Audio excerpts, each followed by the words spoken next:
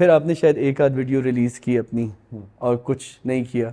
4 की नहीं, मैं कह रहा हूँ कि उस वक्त। उस वक्त आपने एक रिलीज की, फिर आपने 4 और की, और फिर इवेंचुअली आप पक्के दोस्त और बच्चों की प्रोग्राम में पिछले कम से कम 2 साल से या 3 साल से आप या उसमें मसरूफ़ हैं। तो वो ये एक बैंड जब टूटता है, सही है, उसके बाद कि ये रियलाइजेशन इवेंचुअली बच्चों तक आने की, इसमें क्या रीज़न था? और why are you, when I met you the other day, you were so happy talking about पक्के दोस्त के, इसमें ऐसा है, इतना एक्साइटेड मैंने आपको देखा। तो वो जर्नी कैसा रहा है सिंस स्प्रिंग्स का ब्रेकअप, फिर पक्के दोस्त? तो मैं जो एक्साइटेड था वो जेन्युइनली एक्साइटेड हूँ, क्योंकि तुम किसी भी आर्टिस्ट से बात करोगे, जो भी उसका करंट प्रोजेक्ट होगा वो एक्साइटमेंट ही दिखाएगा कि इसमें इससे अच्छी चीज़ मैं लेकिन ज़िंदगी में। इतने आप वीलो के लिए नहीं थे जितने आप इसके लिए, from what I get it. हाँ वो मेरा अपना हाँ, गेज तो है। मैं बता रहा हूँ हाँ। इसलिए कि मैं कोई 25 साल से ये प्लान कर रहा हूँ। उफ। मेरा बेटा अभी 26 साल का है। जब वो 1 डेढ़ 2 साल का था, उस वक्त से, क्योंकि मैं बड़ा हुआ था, अरशद महमूद ऑफ साहब कोर्स। हमारे घर बैठते थे। एक ज़माने में 6 महीने हमारे यहाँ रुके थे वो, अच्छा। जब वो लाहौर से कराची आए थे। और रोज़ अक्कड़ बक्कड़ बम्बे बो, बीबी मैन की, और हरा समंदर, उसके वो गिटार पे बैठे गा रहे हैं हमारे सामने, वो हम सुन रहे हैं उनको, गाने बन रहे हैं। फिर सारे दोस्त हमारे, वो आ रहा करता था वो शो। मैं तो बच्चों के गाने सुन के बड़ा हुआ हूँ, और वो इतनी इम्पोर्टेंट मेमोरी है किसी भी बच्चे के लिए, अपने बचपन से कनेक्टेड रहना। और वो कनेक्शन जो कि आपके कल्चर में इंग्रेंड हो, वो कनेक्शन जो आपकी लैंग्वेज में इंग्रेंड हो, वो बहुत ज़रूरी है। बिल्कुल। मेरे बच्चे के पास कुछ नहीं था। वो बार्नी देखता था, वो सेसमी स्ट्रीट देखता था, वो गम्बी आता था, नॉडी, पता नहीं हाँ क्या हाँ क्या उस हाँ ज़माने में आते थे। हाँ। वो चीज़ें देखता था। हम्म तो मैं टीना से कहता था, अपनी बीवी से, कि यार मुझे बच्चों के गाने बनाने, बच्चों के गाने बनाने। लेकिन स्ट्रिंग्स चल रहा था, टाइम नहीं था। फैसल से मैंने बोला भी, फैसल मैं बच्चों के लिए करना चाहिए कुछ, नहीं टाइम मिल रहा था। मैंने 2019 में फारूक कैसर साहब से द ग्रेट फारूक हाँ, कैसर पपेटियर। बात भी की। हम थोड़ा आगे बढ़े भी काम में, लेकिन मैं फंडिंग ढूंढ रहा था, नहीं मिली मुझे फंडिंग। वो भी फिर वो चले गए वो। तो मुझे करना था। अच्छा। और जैसी स्ट्रिंग्स ख़त्म हुआ है, हम्म ये मैंने अपना प्रोजेक्ट बना लिया कि अच्छा। मुझे ये करना है। और मैंने गाने बनाना शुरू किए। गाने शुरू में बहुत अजीब से बन रहे थे, क्योंकि समझ नहीं आ रहा था, स्ट्रिंग्स जैसे बन रहे थे, लेकिन बच्चों के नहीं बन रहे थे। तो फिर वो सारी रिसर्च करना शुरू की कि पपेट्री होती कैसे है, क्योंकि मुझे पपेट्स के साथ करना था। कलियाँ देखा था बचपन में, सेसमी स्ट्रीट का मैं बहुत बड़ा फ़ैन था। उसकी खासियत उसकी जो म्यूज़िक है, द मपेट शो की और सेसमी स्ट्रीट की, मैं वो म्यूज़िक करना चाहता था। फिर तो मैंने गाने बनाना शुरू किए, साथ साथ मैं पपेट्स के लिए मैंने हर जगह ईमेल्स भेजना शुरू किए, इंटरनेशनल पपेटर्स अच्छा। को, पपेट मेकर्स को। और फिर एक जगह मैंने एक एलिसन यूवर्ट, एक खातून कनेडियन पपेट मेकर है, उनको लॉक किया कि जब ये पपेट स्क्रीन पे नज़र आए तो बच्चों को ये ना पता चल सके कि ये गोरा शो है या पाकिस्तानी अच्छा, शो है, वेरी क्योंकि नाइस। उनके पास बहुत पावर है ना, वो स्वाइप कर सकते हैं। हाँ अगर हाँ समझ नहीं आया तो 1 सेकंड में चले जाएंगे। हाँ। तो वो स्क्रीन पे जब देखें तो उनको ना पता चले कि ये क्या देख रहे हैं। और इस चीज़ को मुझे हमेशा से पता था कि इस चीज़ को मुझे सेकुलर रखना है, हाँ, बिल्कुल। क्योंकि ये पाकिस्तान के हर बच्चे के लिए। हाँ हाँ। और शक्लों से ना पता चले कि ये इसकी पाकिस्तानी है, एथनिसिटी या क्या है? हाँ ये इंडियन है, या ये अमेरिकन है, ये कौन है, हाँ। ये हिंदू है, ये मुस्लिम है, ये कौन है। सिर्फ जबान से पता चले। सिर्फ ज़बान। तो ये कॉन्सेप्ट लेके मैंने पक्के दोस्त बनाना शुरू किया। और 2 साल लगे मुझे सीज़न 1 करने में। मुझे स्पॉन्सर नहीं मिला, क्योंकि कोई उस तरह पेपर पे समझ नहीं रहा था कि क्या है। फिर मैंने कहा अच्छा मैं खुद ही बनाता हूँ, पैसे लगा दिए अपने। अच्छा हाँ, और काफ़ी सारे थे, अच्छा, कितने पैसे लगा है आपके? काफ़ी सारे। काफ़ी सारे। तो काफ़ी सारे। काफ़ी सारे। तो अब कहीं जा रहा है वो अब प्रोजेक्ट, तो कोई अब इंटरेस्ट? सीज़न 2 भी शूट हो गया, हम्म। अगेन सेल्फ फंडेड है। सेल्फ फंडेड है। तो क्यों ब्रांड्स को क्यों समझ नहीं आ रहा किसी को? नहीं, अब तो सीज़न 1 के बाद तो बहुत आ गया समझ, अच्छा। बहुत सारे ब्रांड्स आ रहे हैं। हाँ लेकिन वो जो इंटीग्रेशन मांग रहे हैं ना, वो हाँ मैं कहता हूँ कि शो में नहीं हो सकती। हाँ यानी हाँ। शो में नहीं हो सकती। आप शो के साइट पे अपना हम लोगो इसके घुमा दें। ऑफ शूट्स हम बना सकते हैं कि भाई चलो एक स्किट, एक गाना XYZ ब्रांड ले ले, हाँ एक उसको हम अलग से रिलीज कर दें, हाँ हाँ। जो वो अलग अलग पुश करें। लेकिन जो शो है, हम्म ये शो में नहीं कर सकता। हम्म। तो मैं मुझे फिर करना पड़ा हाँ खुद ही। और अब देखें, मैंने रिक्वेस्ट किया है गवर्नमेंट से अच्छा, कि फेडरल गवर्नमेंट से प्रोविंशियल गवर्नमेंट? प्रोविंशियल प्रोविंशियल से, गवर्नमेंट ऑफ कि सिंध। अगर उनको समझ आता है हम्म। तो ये अगर वो अपना एक प्रोजेक्ट इसको अच्छा देखेंगे। हाँ। अच्छा अच्छा।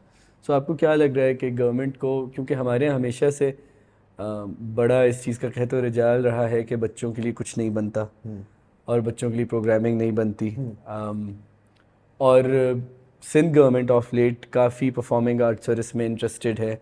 एक सिम्पा भी बनाई हुई है इन्होंने, म्यूज़िक का करिकुलम बनाने का भी बिल पास हो गया है। हम्म। तो एटमॉस्फेयर तो मुझे लग रहा है ऐसा है कि शायद आपकी कोई बात समझ जाए वो। आपको कैसा लग रहा है? इंशाल्लाह इंशाल्लाह। अभी जो भी हमारी मीटिंग्स हुई हैं हाँ। काफ़ी पॉजिटिव हैं। अच्छा और मुझे ज़्यादा एक्सप्लेन करने की ज़रूरत भी नहीं पड़ रही है शो को। अच्छा, वेरी गुड। ऑल्दो जो हमारे बनते आए हैं वो बच्चों के शोज, उससे बहुत फ़र्क है ये। हाँ हाँ, बिल्कुल होगा। लेकिन देव बीन वेरी रिसेप्टिव हाँ। एंड यानी इंकरेजिंग ऑल्सो कि बहुत अच्छा है ये। और अब देखें आगे क्या होता है। नहीं नहीं, सिंध गवर्नमेंट ऑफिशियल्स, अगर मैं आप लोगों से मेरी बात पे कोई दम है तो this is something that you should definitely jump on. I think बच्चों के लिए बहुत कम काम हो रहा है और लोकल तो है ही नहीं। वो एक ज़माना था कि आपको या छोटा भीम मिलता था या कुछ और मिलता था टेलीविज़न के ऊपर, हम्म, और वो प्रॉब्लम ज़्यादा ये नहीं थी कि वो छोटा भीम देख रहे हैं, प्रॉब्लम ये है कि अपना कुछ यहाँ पे हम्म, था नहीं। हम्म, और अभी भी अगर आप ये देखें, यंग मदर से पूछें या सोचें तो वो एक वो होता है कि whether it is CoComelon या बेबी शार्क। हम्म। तो डू यू थिंक कि हम कोई अपनी इंडिजिनस चीज़ ऐसी खड़ी कर सकते हैं जो इस चाइल्ड एंटरटेनमेंट के वेव को हम्म। चैलेंज कर सके? हम में है इतना दम? अम, हमें तो नहीं पता, लेकिन जैसे मैं कर सकता हूँ, हाँ मुझे लग रहा है मैं कर सकता हूँ। हाँ और मुझसे भी ज़्यादा टैलेंटेड लोग हैं यहाँ पे। हाँ हाँ। तो दम तो मतलब स्किल सेट तो है ना। स्किल सेट है। अगर जैसे आपको कूदना पड़ेगा क्योंकि इसमें रेवेन्यू जनरेशन बिल्कुल ऑलमोस्ट ज़ीरो है। और किड्स एंटरटेनमेंट होने के यानी बावजूद आपको millions and millions and millions of views चाहिए before you start earning. Eventually तो बच्चों के कंटेंट के इतने ही व्यूज़ होते हैं क्योंकि लेकिन वो हर मील के साथ 2 दफ़ा देखते हैं। लेकिन ये उर्दू है ना। हाँ हाँ। उर्दू की मार्केट इतनी सी है। हम्म। और अगर आप हिंदी देखें तो इंडिया में ऑलरेडी बहुत कंटेंट बहुत है। कंटेंट है। अब आप आ जाते हैं सिर्फ पाकिस्तानी मार्केट पे, हम्म जहाँ पे जो अम्मा का लैपटॉप है वो ऑलरेडी ड्रामों में बिजी है, अब्बा का जो लैपटॉप है वो ऑलरेडी ख़बरों में बिजी है। हर बच्चे के पास आईपैड फ़ोन है भी नहीं हाँ उस हाँ एज के। हाँ हाँ। तो वो आप, लेकिन अनलेस आप दिल से सोचते हो कि मुझे ये करना है तो आप करेंगे ये। मेरा ये था कि जो कोको मेलन और ये जो वेव है, क्या हम उसका ऑल्टरनेट कुछ बना सकेंगे? हाँ, तो मैं ही कह रहा था कि हमें रियलाइज़ करना चाहिए कि हमारे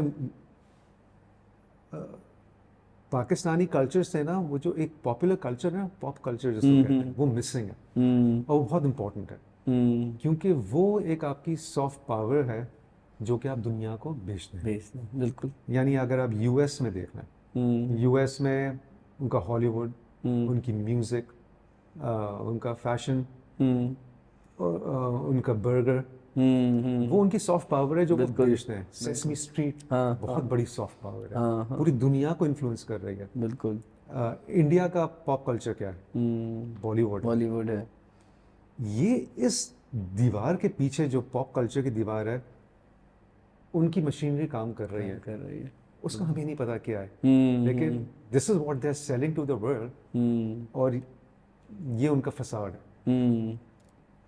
और ये पॉप कल्चर ज़रूरी है पूरी यूथ को इंगेज करने के लिए। पाकिस्तान में एक पॉप कल्चर शुरू हुआ था इन द मिड 80s, अगर तुम्हें याद हो। नहीं, मैं लेट 80s की पैदाइश हूँ। तुम लेट ओके 88। तो यानी लेट 80s में तुम एक अगर तुम्हें नहीं याद होगा, पेप्सी एंड क्रिकेट। हाँ, वो मैंने Pepsi YouTube पे music। हाँ, वो तो मुझे पता है। तो पेप्सी का क्रिकेट म्यूजिक का जो एक कल्चर शुरू हुआ था, जिसमें वाइटल साइंस आए थे, इमरान खान, वसीम अकरम, तो वो एक पॉपुलर कल्चर एस्टैब्लिश हो रहा था, जो कि एक प्लेटफॉर्म बन गया था जहाँ पे हमारी यूथ कनेक्ट करती थी। फिर वो आके ऐसा ख़त्म हुआ, और समझो ये मिड 90s में आके जब ये नवाज शरीफ की गवर्नमेंट वापस आई थी, और मुझे याद है मैं उस ज़माने पेप्सी का जनरेशन नेक्स्ट डायरेक्ट करता था।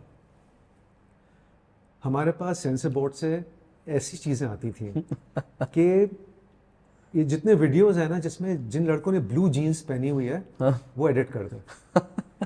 ब्लू जीन्स अलाउड नहीं है, ब्लैक जीन्स अलाउड है। वाह, क्या बात है। ये सेंसर बोर्ड की डायरेक्शंस आई थी।